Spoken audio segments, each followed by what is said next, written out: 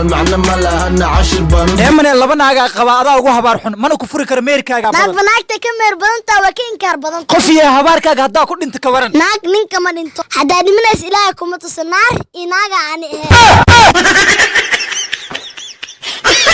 المعنى مالها أنا عشر بانو دائما انك كخمنا كل حاجة كشكان سنويا الله دائما بنتي سواء deeb waa ogaanaa kuu kalsoon farayaasan qodhima hashi xididsidiisa ku noqnoqotid waxay cadaan u tahay inaad adiga leedahay santada leh rufiyaano cagta saar wadada quruxda jirka dumarka waxay damac galisaa rag kuugu wuli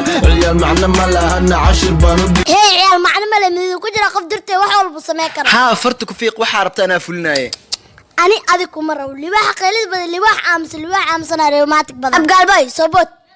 المعنى مالها أنا عشر بانو hay shaqaysee الباب كلا يقسي كل ألابت أنا كادخا كرلق شاها وابينا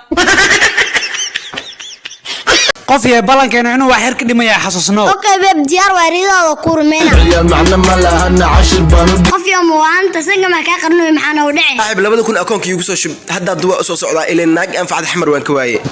babe naagsa oo qurux badan horta taagan dahma ka saarin dah بيبي بلانكينا سيدان waa ani adiga hadda rishiinay waxaa loo dhaca jacayl bila flus ninka tulhaba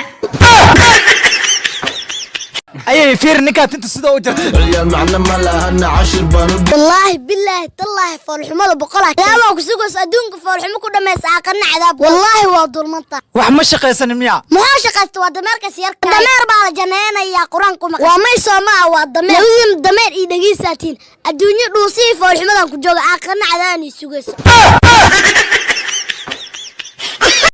المعنى مالها أنا عشر بانو دائما الرجال saaxiibadeeda naagood ayay ka cabsanayaan shaqul ximida shaqul xalaayada shal iimaanta hadda xasaskiin ka cabsatiin taas micnaheedu ma inaad qomatiin ma ogtiin xayawaan kaliya ee xaaska iska baq inuu yahay libaax idinkana hadda xasaskiin ka cabsatiin waxaad tihiin libaaxyo